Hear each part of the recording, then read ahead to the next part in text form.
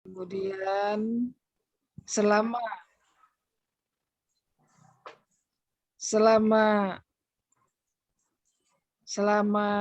pembahasan kita usahakan kita mendengar dengan hikmat, tidak makan dan minum, kemudian tentunya berpakaian secara Islami.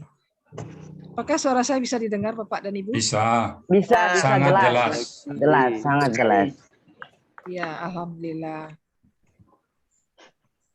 Baiklah, Bapak dan Ibu, sesuai arahan dari Pak Ustadz, setelah opening ini, nanti Pak Ustadz akan menyampaikan materi lebih kurang 45 menit. Kemudian kita akan tanya jawab selama lebih kurang 45 menit. Seterusnya nanti akan dibacakan doa penutup. Dan kemudian kita masuk ke acara santai mungkin ya. Mungkin kalau masih ingin lanjut atau kalau masih ada yang kalau ada yang berurusan lain ya kita persilahkan. Tapi yang jelas arahan Pak Ustadz seperti itu. Nah, Bapak dan Ibu, sambil menunggu teman-teman lain ini ya, sekarang kehadiran peserta kita ada 19 orang. Saya alhamdulillah juga sudah memposting undangan di kelompok pengajian saya. Saya mempunyai kelompok pengajian One Day One Juz. Kemudian saya juga punya kelompok pengajian terjemahan Al-Quran juga ya, dengan Pak Ustadz yang lain. Itu juga tadi saya posting di sana, di grup SMP, grup SMA, dan grup S1. Jadi mudah-mudahan nanti beberapa 1-2 adalah ikut bergabung di sini. Alhamdulillah. Karena dengan mengajak orang, tentunya kita juga akan kebagian pahala, yaitu pahala mengajak. Amin ya Rabbil Alamin. Amin ya Rabbal Alamin. Bapak Ibu yang mulia, mungkin sebagian ibu-ibu ada yang belum kenal dengan Pak Ustadz ya. Terutama teman-teman yang belum pernah ikut pengajian dengan Pak Ustadz Rizal. Beliau adalah orang Padang ya, orang Padang yang saat ini berdomisili di Sentul. Beliau ini adalah terakhir setahu saya adalah Kepala Taspen Cabang Sumbar di Padang. Ya. Beliau adalah seorang akuntan, tamatan dari Fakultas Ekonomi Universitas Andalas. Kebetulan satu letting dengan saya. Kemudian kami juga dulu sama-sama di SMP Adabiah Padang. Ya. Dari informasi yang saya ketahui tentang Pak Asrizal, dengan background akuntansi dan sekarang sangat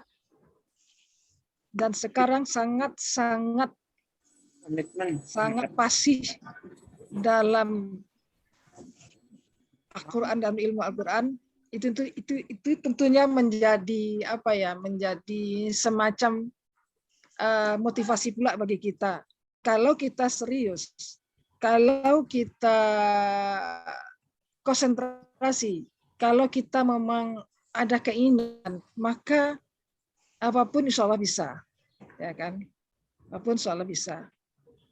Kalau kita memang tertarik, kita konsen dan kita pingin apa yang kita inginkan itu berkembang, insya Allah bisa. Mungkin kalau contoh kasus ala Pak Zizal dengan metode Al-Asaninya, mungkin kalau saya bisa bilang dengan One Day One Juz Bapak dan Ibu, alhamdulillah saya sudah menekuni One Day One Juz ini selama lebih kurang 4 tahun, mau masuk 5 tahun. Dan saat ini saya sudah punya 5 grup ya, 5 grup yang saya hari-hari menjadi saya besarkan dan saya semarakkan. Saya demikian sekilas hantaran pembukaan dari saya, opening. Selanjutnya waktu dan tempat kami persilakan pada Pak Ustadz kita. Terima kasih. Wabillahi taufiq wal hidayah. Assalamualaikum warahmatullahi wabarakatuh. Assalamualaikum warahmatullahi wabarakatuh. Waalaikumsalam. Terima kasih Mbak Yanti. Bismillahirrahmanirrahim. Assalamualaikum warahmatullahi wabarakatuh. Waalaikumsalam. warahmatullahi wabarakatuh. Alhamdulillahirrabbilalamin. Wassalatu wassalamu ala asrafil anbiya'i wa mursalin wa ala alihi wa ashabihi ajma'in amma ba'du. Kalau Allah Ta'ala fil Quranil Karim, a'udzubillahi minasyaitonir rajim. Bismillahirrahmanirrahim. Alhamdulillahillazi anzala ala abdihil kitaba wa lam yaj'al lahu iwaja. Qala Nabi sallallahu alaihi wasallam, khairukum man ta'allamal Qur'an wa 'allamahu. Sadaqallahul azim wa sadaqan nabiyil karim wa nahnu ala zalika minasyahidin wasyakirin walhamdulillahirabbil alamin. Pertama-tama marilah kita selalu memanjatkan puji dan syukur pada Allah Subhanahu wa taala yang mana pada kesempatan yang berbahagia ini disentul udaranya cerah, sejuk dan angin sepoi-sepoi. Semoga kita semuanya mendapat rahmat dan karunia dari Allah. Kita diberikan Allah rahmat berupa Islam, karena banyak orang lahir ke muka bumi tidak dalam keadaan Islam, sementara agama yang diterima oleh Allah satu-satunya adalah agama Islam. Kemudian kita diberikan iman oleh Allah sehingga kita gampang untuk berbuat baik dan berhenti untuk membuat kemungkaran. Kemudian kita diberikan rahmat panjang umur serta sehat badan sehingga kita bersama-sama bisa bersilaturahmi di sini. Dua grup yang besar ya, dari saya Al-Sani dan dari Bu Yanti CS. Semoga tali silaturahim yang terjalin ini akan tetap dijalin sampai kita dipanggil oleh Allah Subhanahu wa taala. Salawat dan salam tidak lupa kita sampaikan kepada junjungan kita Nabi besar Muhammad sallallahu alaihi wasallam. Seorang manusia agung yang diutus oleh Allah ke muka bumi, membawa manusia dari kondisi yang gelap gulita kepada kondisi yang terang benderang. Bapak-bapak dan hadirin sekalian, saya sungguh sangat bangga diundang oleh teman saya Bu Yanti beserta keluarga yaitu Bu Susi dan beserta teman-teman yang lain. Merupakan sebuah kehormatan bagi kita semuanya dalam rangka kita mentadabbur Al-Quran. Dan juga saya lihat Pak Evo di Surau Sydney. Assalamualaikum Pak Evo. Waalaikumsalam Ustaz. Bagaimana kabar di Sydney Pak Evo? Alhamdulillah sudah mulai buka. Oke. Setelah 3 bulan kita di lock, nggak boleh keluar rumah. Aslinya di mana Pak? Padang juga? Oh, sekarang udah turun. Nah, aslinya Bapak di Padang atau di mana? Oh, asli Padang Panjang. Padang Panjang, orang Padang. Padang semua ya Bu ya. Di kaki Gunung Singgalang. Oke. Kenal Pak Ahmed? Adik ipar saya juga orang Padang Panjang Mbak nanti. Oke, kita mulai ya. Saya sama kuliah sama Susi. Oke ya, kita mulai mengaji ya. Bismillahirrahmanirrahim. Kita baca surat Al-Kahfi yang saban hari kita baca ya. Yang tiap malam Jumat kita baca.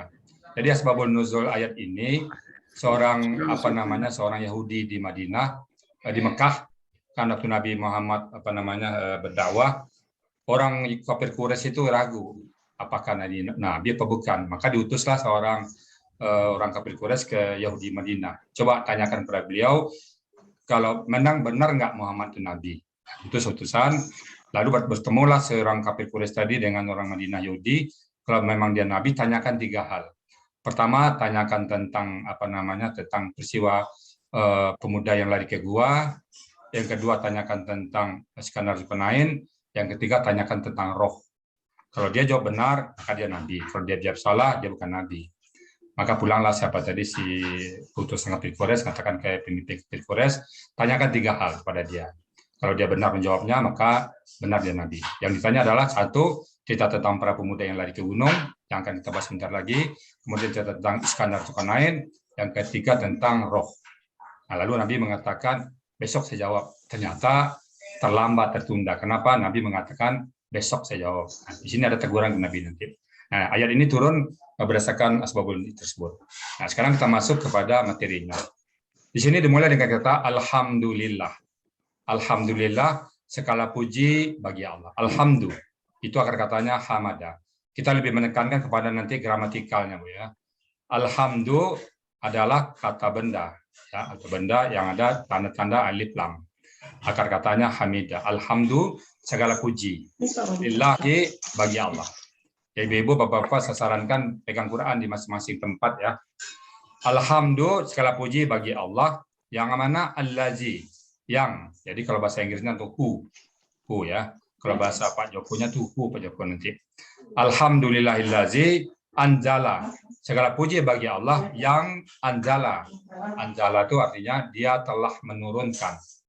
Nanti dalam hati Ibu Aisyah, dalam hati teman-teman semuanya, oh ini akar katanya pelakunya huwa, bentuknya KKL, pelakunya huwa, akar katanya nazala, pola af'ala. Nah, jadi artinya apa? Dia telah menurunkan. Jadi segala puji bagi Allah yang telah menurunkan ala abdina, atas seorang hambanya. Apa itu yang diturunkan? Alkitab, Al-Quran ini. Alkitab itu artinya akar kata kataba, tulisan. Nah, Alkitab tulisan tertentu. In English, Pak Joko itu artinya the. White House, gedung putih. The White House, istana presiden Amerika. Tidak boleh the White House itu artinya lain. Kalau sudah the, berarti barangnya dikenal. Nah, Alkitab, tulisan yang dikenal yaitu Al-Quran. Jadi segala puji bagi Allah yang telah menurunkan kepada seorang hambanya Al-Quran. Di mana Al-Quran itu adalah walam dan tidak ya ja'al. Mestinya ya ja'alu, tapi karena ada lam di depannya itu menjadi ya ja'al. Walam ya ja'al, dan dia tidak menjadikan lahu pada Al-Quran itu ai wajah, yang bengkok, yang salah, yang tidak pada tempatnya. Al-Quran itu tidak ada satupun yang salah di situ. Nggak ada satupun yang salah. Semua adalah wahyu dari Allah. Ciri-ciri wahyu dari Allah apa? Tidak ada ayat yang kontradiksi. Bapak-bapak, ibu-ibu boleh cari apa ada ayat yang bertentangan dengan Al-Quran. Di depannya bicaranya Allah Maha Pengasih, di belakangnya mungkin Allah tidak pengasih, nggak ada. Sekali Allah innallaha ghafurur rahim, selalu Allah innallaha ghafurur rahim. Jadi tidak ada ayat yang bertentangan. Di depan dilarang, di belakang disuruh, nggak ada. Ayat tidak ada yang kontradiksi. Jadi walam yaj'al lahu iwaja. Tidak ada yang bengkok, tidak ada yang salah. Semua perintah yang dikerjakan dalam Al-Quran itu benar. Sholat, perintah sholat benar semuanya. Tidak ada satupun perintah sholat itu atau perintah dalam Al-Quran yang mudarat. Sholat, nanti di kedokteran bisa buktikan. Ada nggak perintah dalam sholat itu mengandung penyakit? Atau orang yang sholat itu nanti kepalanya pusing-pusing? Atau orang sholat itu nanti bisa lumpuh? Nggak ada. Atau puasa. Perintah puasa yang dalam Al-Quran itu menyebabkan orang sakit ginjal. Atau menyebabkan orang sakit macam-macam. Ada nggak? Nggak ada. Ya, jadi walam ya jangan lahu iwaja. Tidak ada satupun dalam Al-Quran itu yang bengkok, yang salah, yang bohong, sifatnya yang dusta. Nggak ada. Semuanya adalah kalimat-kalimat kebenaran yang datang dari Allah Subhanahu Wa Taala. Jadi untuk itu kita memuji Allah. Saya nggak bisa bayangkan kalau tidak ada Al-Quran yang diberikan oleh Allah kepada Nabi Muhammad, dan kita sekarang nggak punya pegang apa-apa. Bagaimana kualitas hidup kita? Bagaimana tuh? Bagaimana kualitas hidup kita andaikan ada Al-Quran? Al-Quran itu membawa manusia dari kondisi yang gelap gulita kepada kondisi yang terang benderang. Yang tidak tahu yang hak, yang batil, bisa tahu yang hak dan yang batil. Itu Al-Quran. Maka dengan Al-Quran itu kita bersyukur. Pantas kita bersyukur karena Al-Quran ini. Alhamdulillahillazi anzala ala abdihi kitaba wa lam yaj'al lahu iwaja. Bersyukur kita. Nah, tandanya kita bersyukur pada Al-Quran gimana? Ya kita pelajari dia. Kita baca dia. Oh, kita bersyukur dengan Quran, lalu kita biarin aja. Masa itu bersyukur namanya? Saya bersyukur kepada Al-Quran, lalu didiet aja. Saya pernah melihat di satu rumah, dia beli Al-Quran, Pak, pakai bungkus plastik, tahun berapa, 5 tahun kemudian bungkus plastik belum dibuka-buka, sampai berdebu. Apakah itu nama bersyukur? Bukan. Rasanya saya bisa bayang, Pak, kalau seseorang nggak baca Qurannya 1 hari, gelisah minta ampun. Saya kalau maaf, saya bukan melebihkan, kalau nggak baca Quran 1 hari, kayak aduh.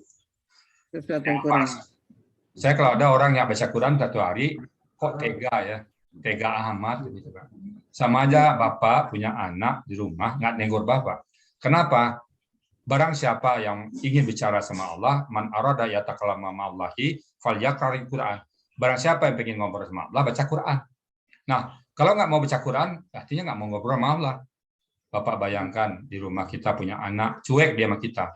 Datang, habis itu langsung tidur, makan dia, di sekolah pergi dia, kita ada di situ, nggak ditegur. 1 hari masih bisa, 2 hari, kira-kira tahan nggak Pak? Bapak atau ibu sebagai seorang ibu, anak yang negur ibu, tahan nggak Bu ya? Ada yang tahan di sini? Kalau ada yang tahan, nggak tahu saya. Kalau saya tahan Pak Rizal, sampai seminggu nggak negur anak, nggak apa-apa kok. Aduh, kalau tahan itu tuh luar biasa ibu-ibunya. Jadi begitu juga Allah, kalau ada yang tahan nggak baca Quran 1 hari, salut sama dia. Salut sama dia. Sangat luar biasa. Waalaikumsalam. Sangat luar biasa tuh. Jadi kita bersyukur. Tandanya kita bersyukur kepada Allah, kita baca Quran. Dan kita tidak hanya baca Quran, kita pahami apa yang dibaca itu. Alhamdulillahillazi anzala 'abdihi kitaba wa lam yaj'al lahu iwaja. Kita baca, kita syukurin. Karena Al-Quran itu tidak ada satupun muncul kesalahan. Bahkan saya mengatakan 1 titik pun ada yang salah.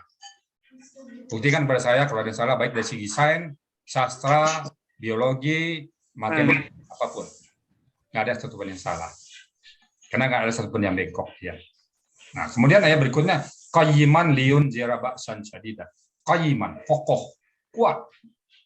Satu kekuatan yang kuat, liyun zira ba'san, agar dia memperingatkan ba'san syadidan, tempat yang pedih. Ingatkan mereka bahwa kalau mereka berbuat jahat, berbuat fasik, berbuat mungkar, tempatnya jelek. Min ladunhu, di sisi Allah. Jadi bagi orang-orang yang tidak percaya kepada Allah, bagi orang berlaku maksiat, berikan peringatan kepada dia bahwa kerjaan salah. Nah, kemudian yang kedua, wa yubasyyiral mu'minina allazina, dan berikan kabar gembira. Wa yubasyira, jadi itu berikan kabar gembira. Basyara katanya, basyara gembira, basyara kabar gembirakan. Gembirakanlah orang-orang mukmin. Jadi Al-Quran itu datang untuk menggembirakan orang mukmin, membujuk orang mukmin. Jadi sekarang sedang dibujuk oleh Al-Quran. Siapa yang nggak ingin dibujuk oleh Quran? Kalau kita dibujuk oleh Quran, berarti kita dibujuk Allah. Masa sih nggak mau? Saya kalau ngajak orang Quran, nggak mau ogah. Al-Quran ini seperti alat stetoskop, apa namanya? Kedokteran itu ya. Kalau meriksa kesehatan badan itu pakai apa tuh? Pakai Stetoskop ya. Meriksa jantung, periksa kepala, periksa darah. Nanti stetoskop itu nggak bisa dibohongin. Bapak, jantung Bapak bermasalah. Darah Bapak bermasalah, ini bermasalah. Itu fisik, Pak, diukur dengan itu. Nah, kalau jiwa diukur dengan Quran. Dia rajin ibadah, tapi disuruh belajar Quran nggak mau. Ada something wrong. Kalau orang Islam diajak membahas Quran, nggak mau, something wrong. Ada satu yang salah di jiwa dia. Karena dia tidak ingin ketemu sama Allah, Sang Pencipta. Itu namanya terlalu. Kalau diajak orang belajar Quran, nggak mau, apa namanya? Keterlaluan. Nggak pantas. Kalau diajak Quran, ayo kita baca Quran. Sibuk, inilah. Waduh. Ayo pagi, saya sibuk kerja. Betul. Malam capek. Siang mana? Siang sedang kerja keras. Jadi kapan bisanya? Nggak ada. Kalau diajak pagi nggak bisa, diajak malam nggak bisa, diajak siang apalagi. Siang apalagi. Yang cocok bagi dia apa? Dibelikan kain kapan. Apa sebabnya? Nggak perlu hidup lagi. Kalau kita tidak tertarik dengan Quran, apa guna hidup, Pak? Bapak-bapak bagi yang kerja kantoran di sini, kalau tidak paham SOP kantor, apa layak sebagai karyawan di situ, Pak? Ibu yang kerja di PTA, ibu yang kerja di PTB, bapak yang kerja di PTC, nggak mau tahu dengan SOP kantor itu, maka nggak kerja di situ. Kata SOP itu masuk jam kerja jam 7.45. Bapak kagak tahu masuk jam 7.45, masuk jam 9. Kata SOP-nya baju seragam putih biru, Bapak pakai baju belang-belang. Kata SOP-nya kerja Bapak di keuangan, Bapak nongkrong di ruangan tunggu. Nggak bisa. Kenapa? Bapak nggak tahu SOP-nya. Nggak pantas di situ. Nah, Al-Quran itu adalah SOP dari Allah untuk kita semuanya. Apa yang kita lakukan di muka bumi ini itu SOP-nya dari Allah. Nah, kalau kita nggak tahu SOP, apa pantas kita hidup di muka bumi? Kata Allah, cari bumi lain. Sanggup? Alam baka. Sanggup mencari bumi? Saya akan cari bumi lain. Cari rumah, pindah aja nggak sanggup saya. Jadi mari kita bahas Quran. Jadi Al-Quran itu adalah yubasyiral mu'minin allazina ya'maluna shalihat. Jadi kabar gembira bagi orang-orang yang beramal soleh. Apa kabar gembiranya? anna lahum, bahwasanya anna lahum bagi mereka ajran, balasan hasan, balasan yang baik. Kenapa balasan yang baik? Perbuatannya baik juga. Orang mukmin itu selalu berbuat baik. Makanya saya selalu berdoa pagi, ya Allah, jadikanlah setiap hela nafas kita itu adalah perbuatan baik semuanya, amal baik semuanya. Jangan ada lagi perbuatan kita dalam perjalanan waktu ada perbuatan jelek. Kenapa? Sekecil apapun kita lihat nanti. Kita lihat nanti di Al-Quran, di kubur, di para masak, kita akan buka catatan. Sekecil apapun kita lihat. Itu ada di surat, sebentar saya kaitkan dulu ya. Ke surat Al-Zalzalah. Famayyamal mithqala dzarratin falyarah. Barang siapa beramal sebesar zarah kebaikan, setimbangan zarah. Kalau diukur zarah itu Pak 0,001 ons. Ringan ya? Dilihat nanti itu Pak. Kemudian famayyamal mithqala dzarratin sarrayarah. Berbuat kejelekan sebesar zarah dilihat juga. Dilihat semuanya. Tidak ada satupun perbuatan yang nggak dilihat. Saya selalu mencontohkan yang kecil-kecil, Pak, yang ringan-ringan. Bapak-bapak di depan rumah Bapak lewat orang hitam. Orang hitam, lalu Bapak bergumam. Hitamnya orang itu ya. Bapak nggak ngomong siapa ini? Hitamnya orang itu ya. Nah itu dipertanggungjawabkan nanti Pak. Kenapa kamu bilang hitam? Pak Epo, kata Allah. Mampukah kamu membuat orang berkulit? Mampu? Nggak mampu. Nggak mampu, subhanallah. Pasti dia. Dia. Apa Yan? Panggilannya apa ya? Tidak ada yang apa bagi Allah. Allah Maha sempurna. Laqad khalaqnal insana fi ahsani taqwim. Sesungguhnya Allah akan menciptakan manusia jin dan manusia sebagai manusia sebagai kejadian. Baik. Jadi nggak boleh kita mengejek orang. Walaupun kecil, itu akan ditimbang. Nah, jadi itu berikan kabar gembira kepada orang-orang seperti itu. Jadi kalau ada orang lewat, alhamdulillah ya Allah. Di balik kekurangan orang itu pasti ada kelebihan. Saya belum pernah melihat orang tuh, misalnya orang yang buta. Yang buta tuh tidak punya kelebihan khusus, nggak ada. Orang buta tuh kelebihannya yang paling pertama itu hafal Quran. Pak. Saya punya teman satu di Brunei, Pak Khairi, namanya Pak M Khairi, buta. Hafal Quran, Pak. Mungkin lebih banyak hafal Quran dia daripada kita. Kita melihat Al-Quran, tapi kagak hafal-hafal juga. Ya hafal depan, lupa belakang. Pernah kita lihat Quran, waduha, walaili saja, mawadah karbuka wa makala. Begitu hafal itu, belakang lupa. Pada saat fa'amma bi ni'mati rabbika fadis, lupa pula waduhanya. Kita melek gitu. Ini ada orang buta yang. Jadi orang yang diberikan oleh Allah kekurangan, pasti Allah berikan kelebihan. Jadi di sini Allah katakan berikan kabar gembira kepada mereka. Orang-orang yang beriman dan beramal saleh. Nah, apa amal saleh itu? Tentu adalah amal-amal yang sesuai dengan perintah-perintah Allah. Apa yang diperintahkan Allah itu baik. Jangan salehnya standarnya kita. Oh, kita sesama penjudi, baik kita sama teman kita, kalah dia kita pinjamin duit, itu nggak saleh namanya. Itu di luar ketentuan Allah. Yang amal saleh sini adalah amal yang sesuai dengan perintah Allah. Salat, puasa, zakat, haji, itu tuh yang amal saleh. Sesuai dengan SOP, sesuai dengan SOP. SOP dari Allah Subhanahu wa Taala. Nah, kemudian apa kabar gembira pada orang ini? Yaitu makisi nafihi abada.